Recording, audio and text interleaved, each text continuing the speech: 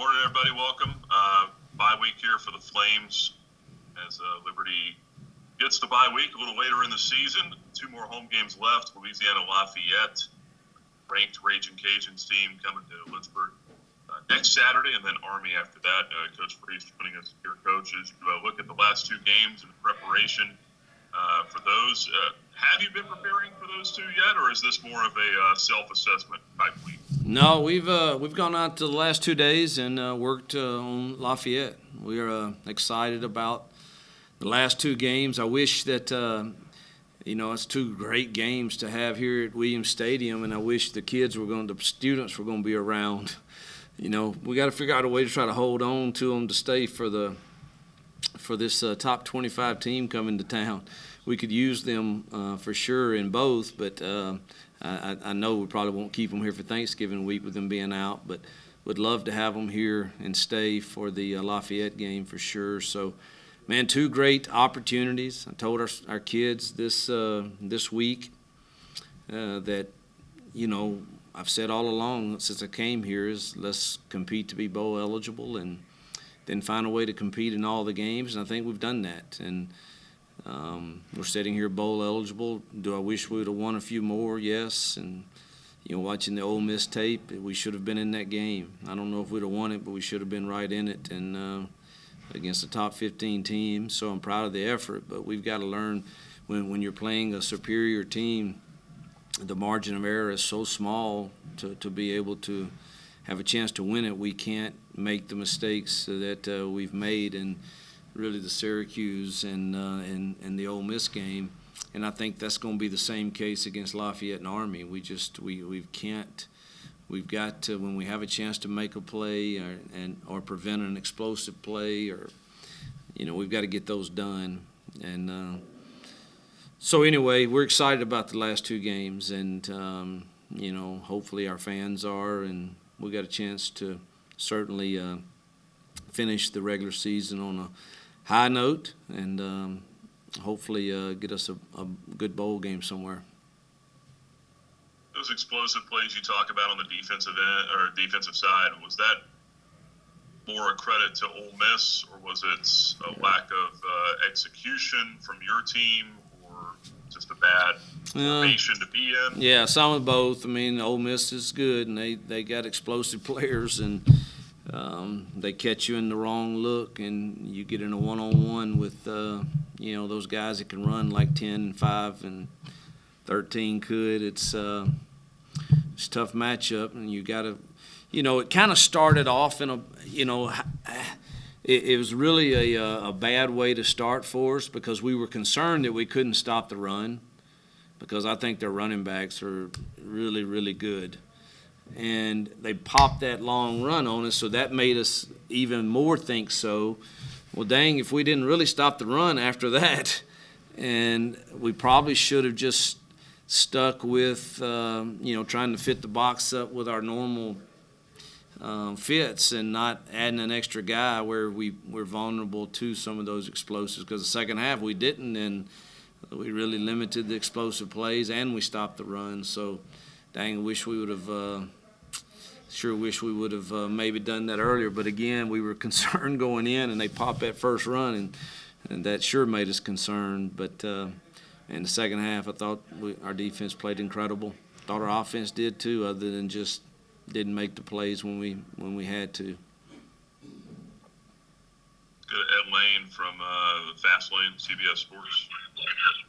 Hugh, what do you notice now in terms of the focus you guys have, particularly defensively, as you're also trying to recover? Do you notice that as you get further into a bye week and the guys' bodies kind of come back to them and they're recovered a little bit more, that they're able to translate that into a little bit more of a spry mental focus as well? Truthfully, no. I don't think. I think the expectation that they would have great focus after a fall camp in 10 straight games is an unrealistic expectation. It hadn't been terrible, but it's certainly, and it's not something that I'm going to scream and yell and cry about too much in this week. We've shortened the practices. I think that's helped, and still gotten good work in that we can put on tape as we get into game week next week. But The idea that they would be really locked in this week without a game on Saturday, I think, is really far-fetched. And but we have gotten quality work in. Go to Damien from the News in Advance. Hugh, you said last year you wanted a seat at the table when it comes to conferences and the such. And, Friday, right before you guys took off to Tupelo, it was announced you guys were joining Conference USA. Mm-hmm. And how do you feel about that announcement? And what does that mean for this program moving forward? I'm pumped. I think it's the right move. I trust Ian, and he felt like it was a great move. And obviously, to have a chance to enter a conference in a little over a year's time and win a conference championship in the new landscape, whatever will happen with the playoff expansions or irregardless, you got a chance to win a conference championship, and I think that was the right move for our university to be a part of a conference. And so we're excited. Our players are excited. And looking forward to, I wish it happened next year and we could redo next year's schedule, but because that's the most brutal schedule we've had yet here. But man, we'll look forward to getting into that conference and competing for championships in it and seeing where that puts you in the national landscape. But I think we're all excited about it. I think, we're hopeful that we can hold on to a couple more schools.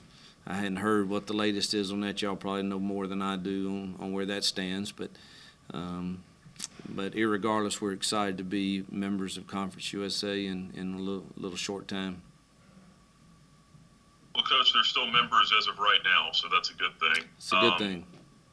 Looking purely from a football standpoint at the schools that are in there and the ones that have joined, from a competition level, where do you think that your team slides in there? I like our team. However, I know La Tech is strong every year, as is FIU's going to have great players. Middle's going to be really well coached. And don't overlook the Sam Houston States and Jacksonville's and UTEP's now either. I think it's and obviously if you hold on to Western, and I'm sure I'm forgetting somebody.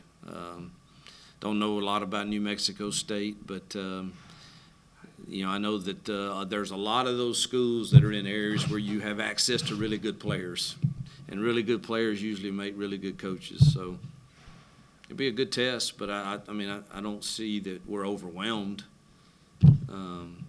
by anything that is current. John from A Sea of Red. Coach, speaking of really good players, how do you think this move might affect recruiting? Do you think it could be advantageous for you from a recruiting standpoint? I think so. I thought we overcame this conversation quite a bit, in my short time here, and so now it's not a conversation that I even have to address. So I think it's only helpful. Do I think we could have continued and overcome it and recruited well? Probably so, but it certainly removes one of the things off the table that we get hit with a lot. Damien.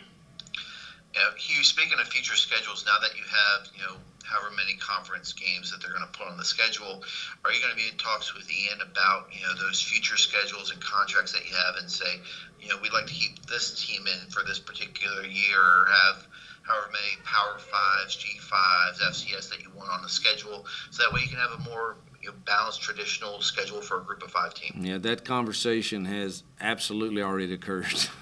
I'm absolutely involved in that, and so now, do I have control over? Because they got a lot of work ahead of them to reshuffle all of those things once we get our conference numbers settled in. So I will be in the conversation. Some things dates and things you might have to not get your exact wants every year, but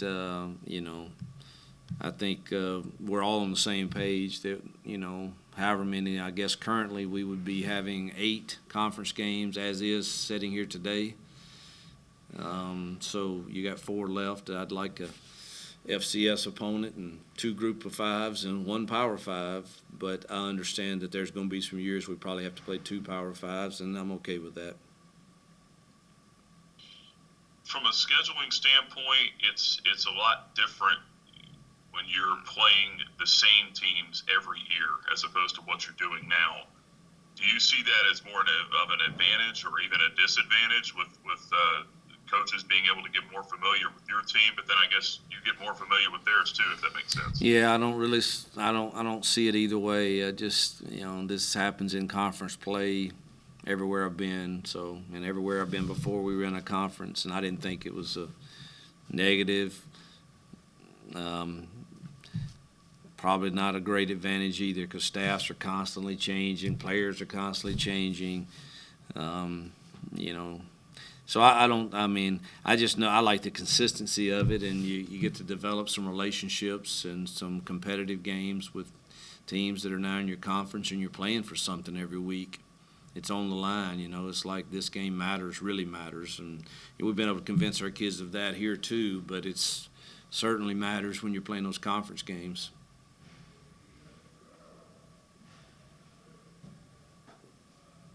Damien. Hey, Hugh, when you look at the future schedules, you have matchups with App State, Marshall, Coastal, in terms of regional G5s, and then most of the Power 5s are ACC. And with how spaced out Conference USA is going to be, is it good to have those regional teams available for your out of conference schedule? No question. That's one of the things I said to Ian is I'm big on, man, if we don't have to travel far, let's don't travel far. So let's.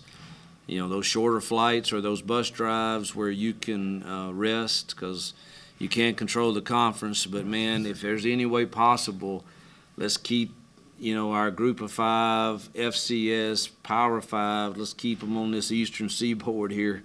I think it makes sense for us to play the UMass's, UConn's, Syracuse, Coastals, Apps, Old Dominions, all of that, Wake Forest, North Carolina, the Dukes, Virginia Techs. All of that makes sense to me. And I certainly would not be for us scheduling a cross-country trip as one of those 4. I just wouldn't be for that. So, I think just juggling the reshuffling of all these schedules is the challenge. But I do know that we all agree, man, if those other 4 outside the conference can all be, over here on this side somewhere, it makes a lot of sense. Ed? As far as what you guys are presenting to prospective players with the move to Conference USA, how has that changed and evolved over the last week now that you guys have that familiar plan in place of being in a conference and can assure them of what the Liberty schedule and the Liberty game plan will look like in that regard? Yeah, it's a little early, Ed. I hadn't gotten in front of them yet. Our graphics people are working on some stuff, and as soon as we hit the road, that first week of December, that's when we'll really have the presentation together. But really hadn't had a lot of conversations about that yet.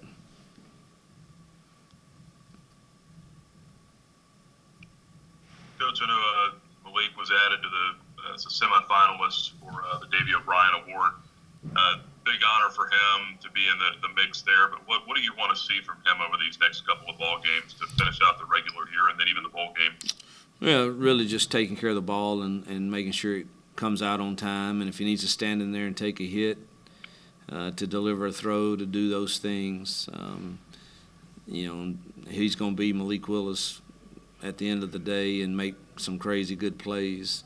So just if we can just get more consistency in those, along with his freakish plays he makes, I think we'll have a good chance to win, our next couple games. A couple more. We'll go to Damien. Hugh, I know this was one of your favorite topics last year, but it was the constant coaching carousel rumors and all that stuff that kept popping up, and your name keeps popping up this year as well. And I hadn't heard it this year, so you look at a lot more. I hadn't heard it this year, so which I'm quite fine with. Yeah, so there was a report that said you were in contact with Texas Tech. People are linking you to Florida and all this, and jobs that aren't even open yet. Yeah, well, I mean, I don't give any credence whatsoever to jobs that aren't open. That's not wise for media or anyone to speculate on that. That's that's not fair to the people that have those jobs. And but I was never in the mix at Texas Tech. I don't know where that came from. I'm very happy right here on the mountain, and they have been so good to me. And I think we can win a lot of conference championships here. It's like I said before, if I ever decide that I'm interested in something else, my players would be the first to know. But that has not been the case for 3 years, and it hadn't been the case this year either thus far. So I'm very happy here. I tell Ian that all the time, and he's an incredible boss to work for, as is this administration, great kids to coach here, and my family's quality of life is as good as it's ever been. All right, Ed? Nothing more on my end. I just couldn't get my raise hand function to go down. Gotcha. I'll end on this one, Coach, as you prepare for Louisiana-Lafayette. Kind of give us the early scout on them, and then also just your thoughts playing a nationally televised game. I know it's a little later in the day, but you are on ESPNU.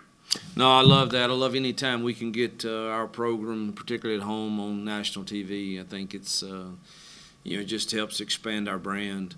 And then you're playing a top 25 team, which is really incredibly talented team, great receivers, quarterback, O-line, running backs, defensive line. They've got they got all the. I mean, they're in Louisiana, and there's players all over the place down there. And Billy knows really how to coach his kids. It's going to be a really good challenge for us.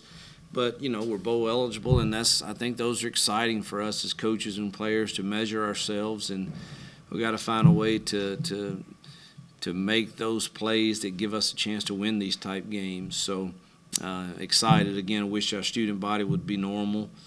Hopefully we can convince a few of them to stay, but excited to have them here on national TV.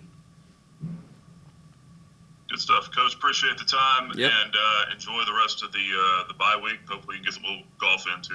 Oh, if the weather stays decent, I guarantee you starting probably tomorrow afternoon.